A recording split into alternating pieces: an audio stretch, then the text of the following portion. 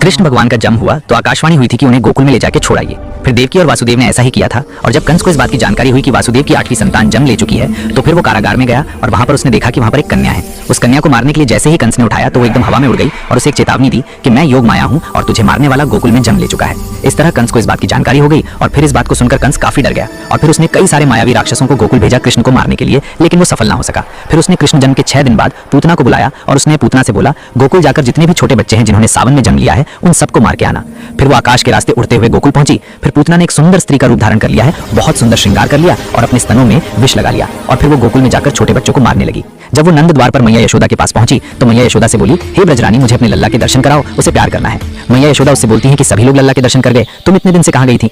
फिर पूतना कहती है कि मैं अपने मायके चली गई थी और इसी वजह से मैं लल्ला का दर्शन नहीं कर पाई। फिर मैया यशोदा छोटे से कृष्ण को उठाकर पूतना की गोद में दे देती है। फिर पूतना बाल कृष्ण को अपनी गोद में लेती है और उन्हें दूध पिलाने लगती है, क्योंकि उसका ये सोचना था कि उसने स्तन पर विष लगा रखा है तो फिर जब ये दूध पिएगा तो ये मर जाएगा। लेकिन बाल कृष्ण ने पहले तो दूध पिया और फिर धीरे धीरे पूतना के प्राणों को खींचने लगे। जैसे ही कृष्ण ने पूतना के प्राण खींचना चालू कर दिया वो वैसे ही दर्द के मारे झटपटाने लगी और आकाश मार्ग में उड़ गई और एकदम से अपना राक्षसी रूप धारण कर लिया और बाल कृष्ण से कहती है कि लल्ला मुझे छोड़ दे। लेकिन बाल कृष्ण उसे नहीं छोड़ते हैं और उसके प्राण खींचने लगते हैं और थोड़ी देर बाद ही वो पास के जंगल में बाल कृष्ण सहित गिर जाती हैं और फिर थोड़ी देर में राक्षसी पूतना के प्राण निकल जाते हैं।